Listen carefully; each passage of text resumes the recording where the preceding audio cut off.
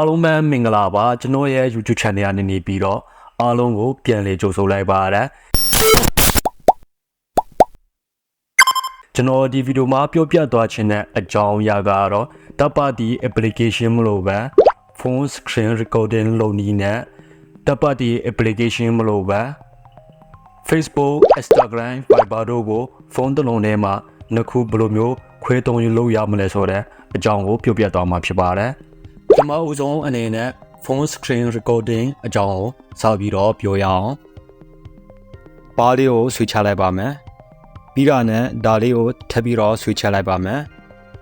ပြီးတော့နဲ့အပေါ်ကအဆက်3ဆက်ကိုထောက်လိုက်ပါမယ်အပေါ်ကဒါလေးကိုထပ်ပြီးတော့ထောက်လိုက်ပါမယ်ဒီမှာကျွန်တော်က screen recording ပုံမှန်လုပ်ဖြစ်တဲ့အတွက်ဒါလေးကိုထည့်ထားပါတယ်ဒါလေးကိုပြန်ဖြိုးလိုက်မယ်ပြီးပြန်တက်ချင်ဒီကနေပြီးတော့ဒီမှာ load ဘေးနာကဒီမှာပါ screen recording ဆိုတာပါပါတယ်ဒါလေးကို plus ထောက်ပေးရမှာဖြစ်ပါတယ်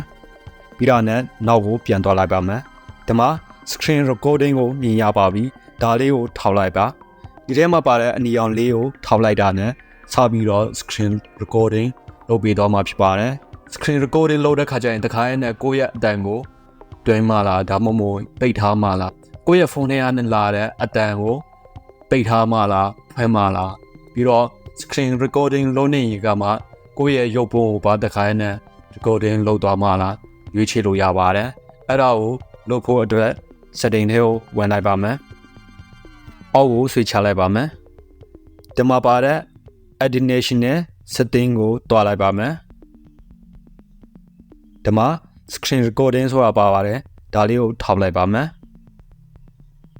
ဒီမှာကိုယ့်ရဲ့ phone system အတန်ကိုပိတ်ထားခြင်းဒါလေးကိုအမှတ်ချက်ဖြုတ်ပေးရမှာဖြစ်ပါတယ်ပြီးတော့နဲ့ကိုယ့်ရဲ့အတန်ကိုတစ်ခါနဲ့ဒီမှာလာပြီးတော့တွင်းချင်နေဆိုရင်ဒါလေးကို on ပေးရမှာဖြစ်ပါတယ်ဒါလေးကိုပိတ်ထားခြင်းပိတ်ထားလို့ရပါတယ် screen recording လုပ်တဲ့ခါကျရင် screen recording ရဲ့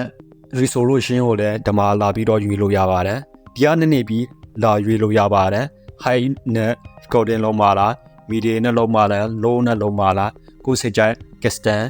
ကနေပြီးတော့ပြန်ပြီးတော့လည်းပြင်လို့ရပါတယ်ဒီမှာ screen recording လုပ်နေရင်လည်းကိုယ့်ရဲ့ရုပ်ပုံကိုတစ်ခါနဲ့ recording လုပ်သွားမယ်ဆိုရင် record from camera video ဆိုတာကိုအမှန်ချက်ပေးရမှာဖြစ်ပါတယ် show screen touch ကကြတော့ screen recording လုပ်တဲ့အချိန်ကျရင်ကျွန်တော်တို့ touch လုပ်တဲ့နေရာကိုပြမလားမပြဘူးလားဒီကနေပြီးတော့ပိတ်ထားခြင်းလည်းရတယ်ဖွင့်ထားခြင်းလည်းရပါတယ်ကိုလုပ်ထားတဲ့ screen video ရဲ့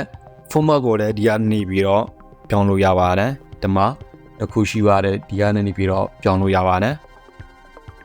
Facebook Instagram Viber တို့ကိုဖုန်းတစ်လုံးတည်းနဲ့ဘယ်လိုမျိုးနှစ်ခုခွဲသုံးလို့ရမလဲဆိုတဲ့အကြောင်းကိုဆက်ပြီးတော့ပြောပြသွားမှာဖြစ်ပါတယ် setting တွေကိုဝင်လိုက်ပါမယ် setting တွေကိုဝင်ပြီးတော့အောက်ကိုဆွဲချပြီးတော့ဒီမှာ apps ဆိုတာပါပါတယ်ဒါလေးကိုထောက်လိုက်ပါမယ်ဒီမှာ app management အောက်က acc နစဆိုတာကိုထောက်လိုက်ပါမယ်ကျွန်တော်က Facebook ကိုနှစ်ခုခွဲသုံးထားပါတယ်ဒီမှာ Instagram ကိုထပ်ပြီးတော့ခွဲပေးပါမယ်ဒါလေးကိုအမှန်ချက်ပေးရမှာဖြစ်ပါတယ်